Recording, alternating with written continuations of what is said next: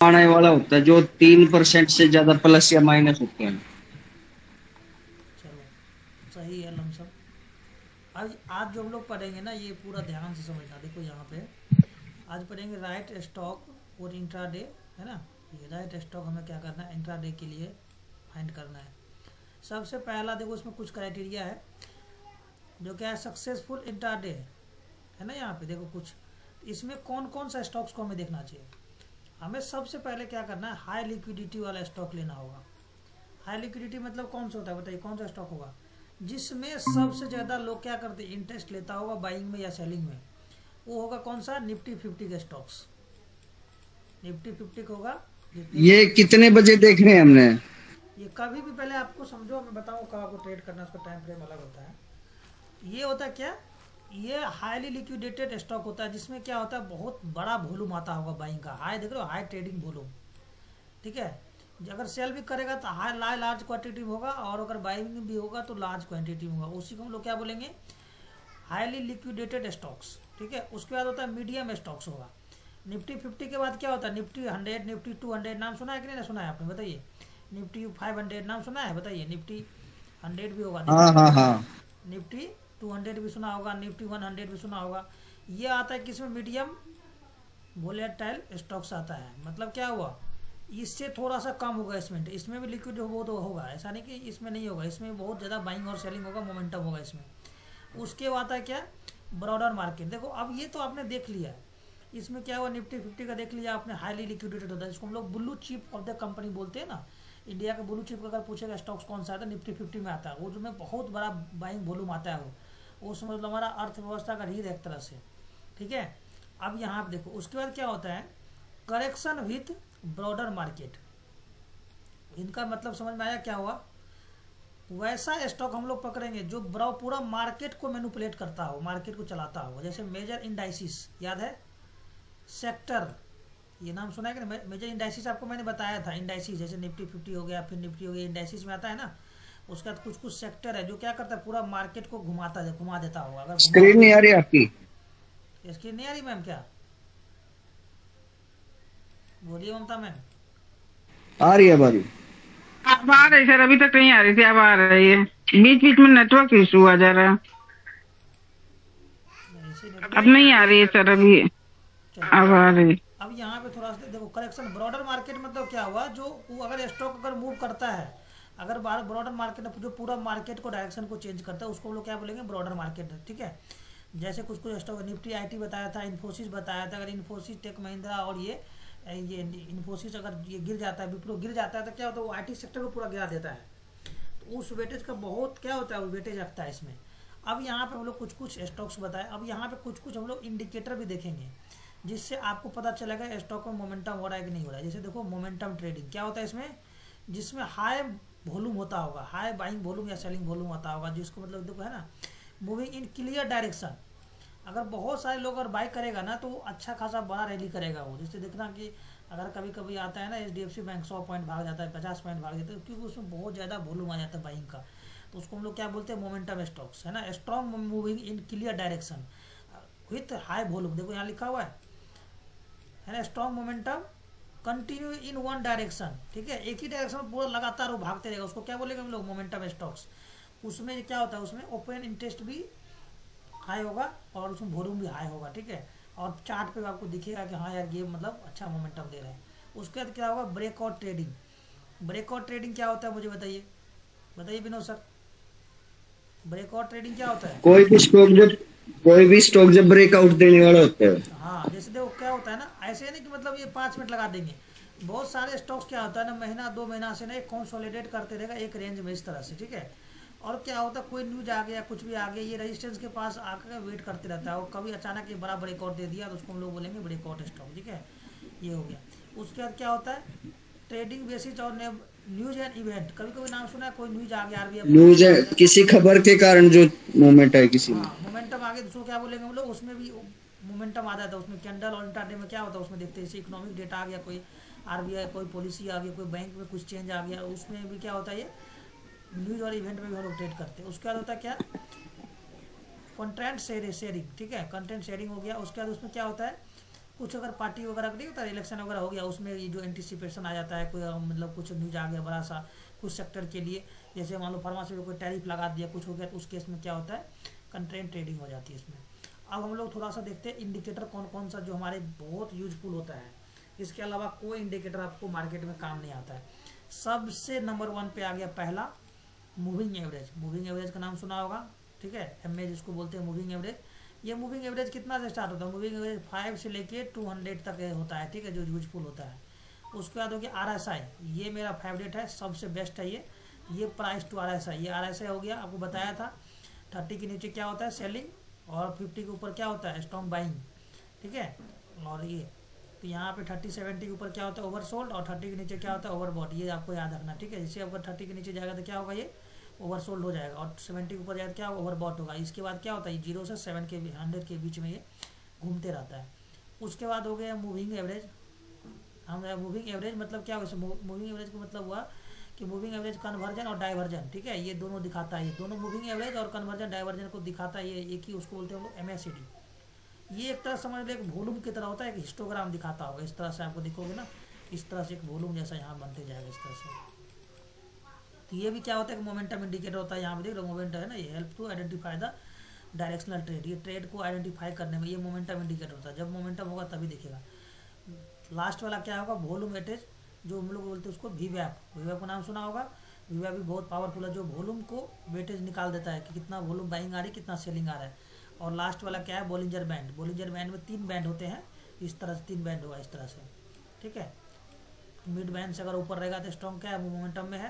अगर इसके ऊपर चला गया तो ये स्ट्रॉन्ग मोमेंटम आ जाता है। इसके नीचे हो गया तो ये डाउन साइड मोमेंटम, इसके नीचे जो स्ट्रॉन्ग सेलिंग हो गया तो ये बोलिंजर बैंड हो गया। ये सब स्टॉक्स के बारे में पढ़ेंगे।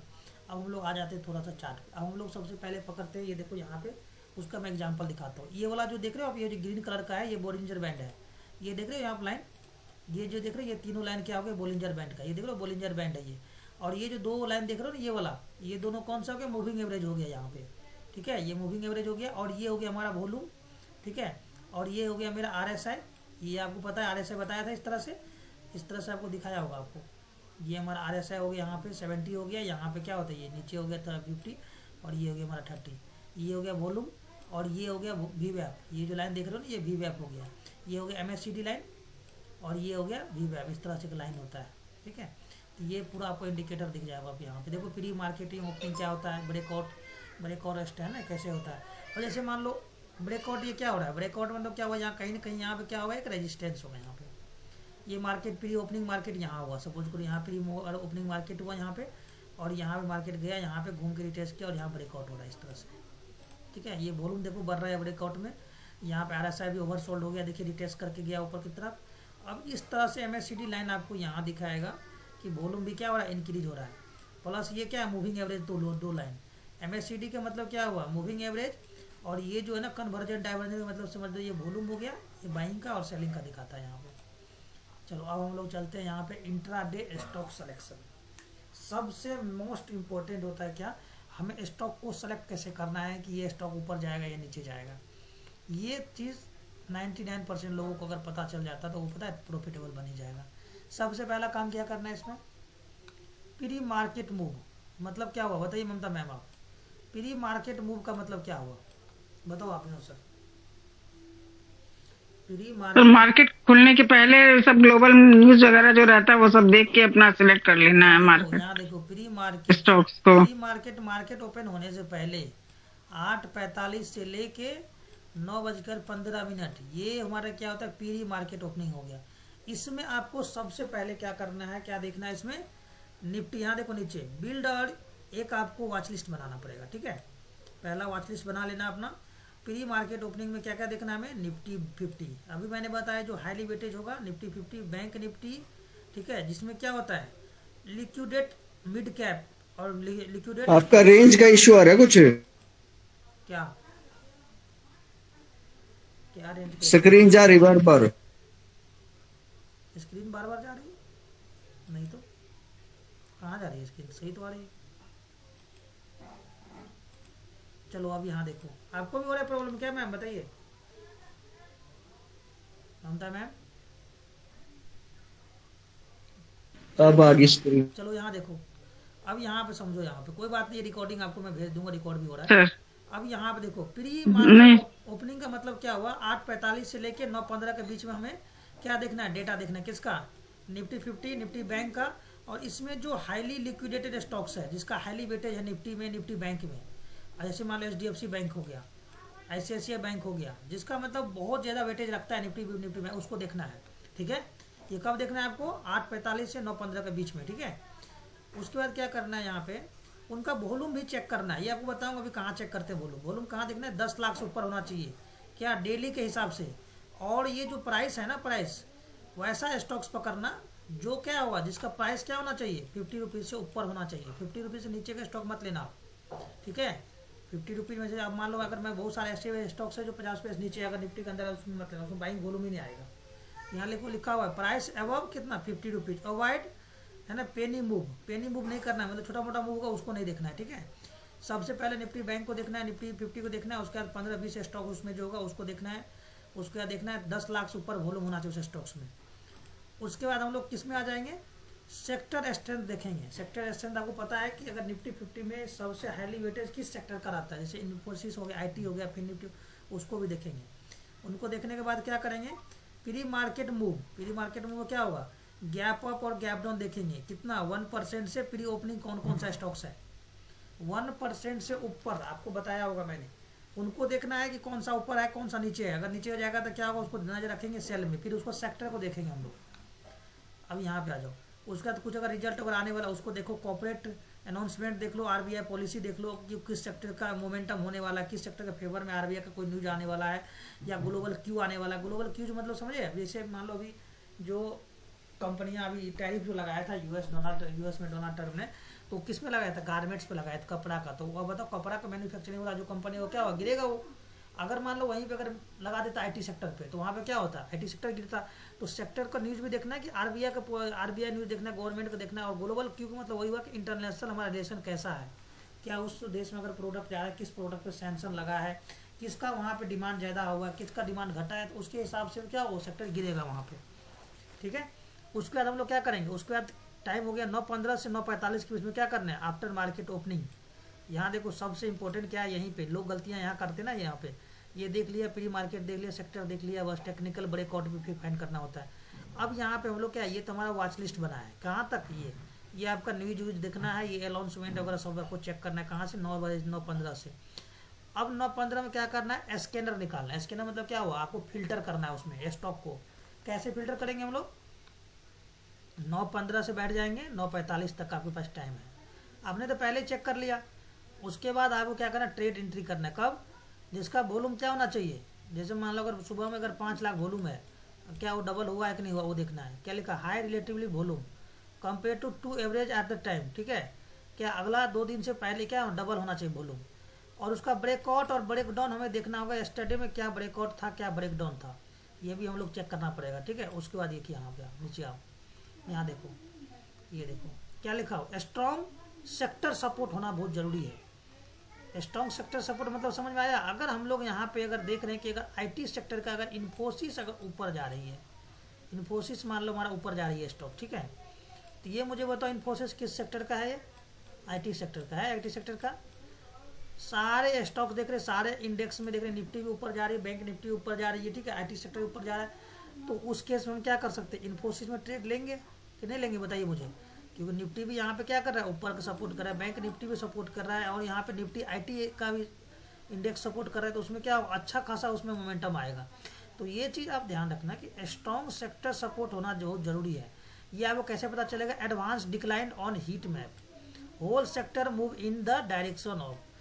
अगर मान लो सारे सेक्टर अगर एक ही डायरेक्शन में जा रहा है, उसमें बाइंग अपॉर्चुनिटी ढूंढना है हमें। अगर एक ही डायरेक्शन में अगर सेल हो रहा है तो उसमें क्या कर सेलिंग ढूंढना है। तो अब यहाँ पे आपको बाइंग के लिए कुछ कुछ कंडीशन है। सबसे पहला क्या है, high relatively volume, current volume 2 गुना होना चाहिए क्या, एवरेज वॉल्यूम से। अगर मान लो अगर 5-7 दिन से आप देख रहे हो क्या कि मतलब चलो यार 10 लाख वॉल्यूम आ रहा है, अचानक उसी दिन क्या हुआ, 10 लाख का मतलब 50 लाख होना चाहिए उसमें वॉल्यूम, ठीक है, अच्छा खासा वॉल्यूम होना चाहिए। उसके बाद क्या होना चाहिए, एक रेजिस्टेंस के आसपास एक ब्रेकआउट होना चाहिए। इस तरह से रेजिस्टेंस के आसपास क्या होना चाहिए, ब्रेकआउट होना चाहिए, या रेजिस्टेंस या मतलब एस्टरडे हाई, मतलब अगर कल यहाँ पे रेजिस्टेंस है वहीं पे घूम रहा था, तो हम लोग चेक करेंगे क्या यहाँ पे कोई ब्रेकआउट हाई कि नहीं है। जैसे यहाँ देखो एग्जांपल में ब्रेकआउट और ब्रेक डाउन, यस्टरडे हाई और लो, ठीक है। यस्टरडे का हाई और लो देखिए। अब पिछला दिन क्या था यहाँ पे, ये मेरा था हाई, यहाँ था लो। आज का ये हाई क्या हुआ, ब्रेक कर दिया ऊपर की तरफ। अब यहाँ पे एक रेजिस्टेंस है मान लो, तो यहाँ ब्रेकआउट हुआ, तो यहाँ देखो वॉल्यूम सर स्क्रीन नहीं आ स्क्रीन रही नहीं है, सर। स्क्रीन नहीं आ रहा सर, स्क्रीन नहीं आ रहा। क्या प्रॉब्लम हो रहा है स्क्रीन में, समझ में नहीं आ रहा है। अब आया सर, अब आया। चलो कोई दिक्कत नहीं है, थोड़ा सा कॉम्प्रोमाइज़ करो। देखो यहाँ पे देखो। अब मैं यहाँ पे क्या क्या कन्फर्मेशन लूँगा, वॉल्यूम का। क्या यहाँ वॉल्यूम कन्फर्मेशन दिया है, देखो यहाँ पे हाई वॉल्यूम है, यहाँ पे देखो high relatively volume. Yes sir. अगला दिन देखो क्या था, कुछ कुछ धीरे धीरे बढ़ रहा था, यहाँ देखो। अब इससे डबल वॉल्यूम यहाँ पे स्पाइक दिया है, देखो यहाँ पे। साथ में क्या हुआ, यहाँ पे एक रेजिस्टेंस भी है यहाँ पे, और यहाँ पे देखो ब्रेकआउट कैंडल किस तरह से है, देख लो कितना बड़ा कैंडल बना हुआ है ये। साथ में क्या है ये मेरा, ये यहाँ पे कुछ इंडिकेटर मैंने लगा रखा, मूविंग एवरेज 20-50 जो भी लगाना। इसके ऊपर में क्या है, क्लोजिंग है टोटल कैंडल।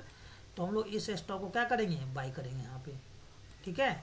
अब एडवांस डिक्लाइन भी देख लेंगे क्या है, मतलब उसमें है कि नहीं, सारे स्टॉक सपोर्ट कर रहा है कि नहीं कर रहा है। अगर कुछ सेक्टर इसमें सपोर्ट कर दे तो अच्छा खासा ले देगा। अब यहाँ पे आपको क्या करना है, ट्रेंड फाइंड करने के लिए कुछ कुछ इंडिकेटर को आपको यूज करना पड़ेगा। जैसे सपोज करो हम लोग एंट्री के लिए क्या करेंगे, 5 मिनट का हम लोग चार्ट देखेंगे कि चलो एंट्री हो रहा है कि नहीं हो रहा है। क्योंकि अगर आप 1 घंटे का देखोगे, पता चला ब्रेकआउट हो गया, फिर आप जाकर वहाँ ट्रेड ले रहे हो, पता चला आपको लॉस हो गया वहाँ पे। तो 5 मिनट हम लोग स्टॉक में लेंगे।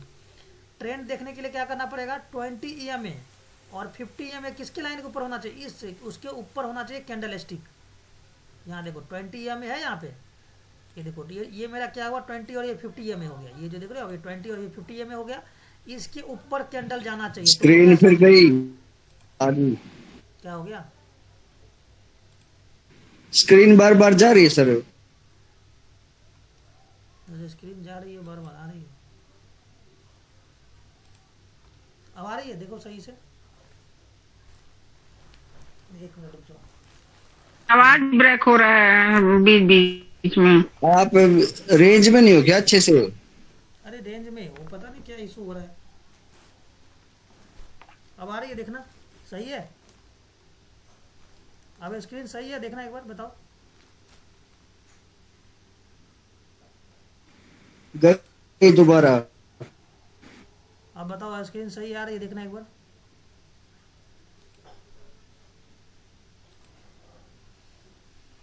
अब बताओ सही है, स्क्रीन आ रही है, देखना। नहीं यार स्क्रीन। 1 मिनट रुक जाओ, वाईफाई कनेक्ट करने में दूसरा से।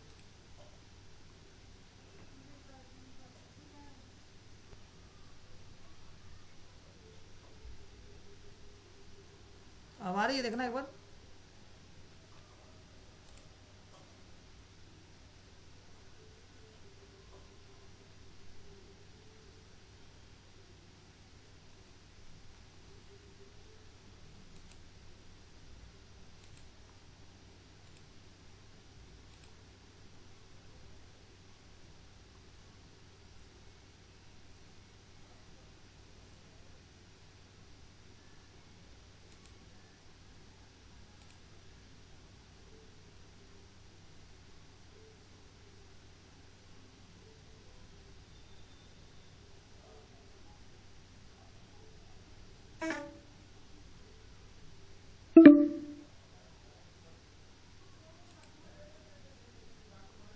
आ रही है क्या, देखना। विनो सर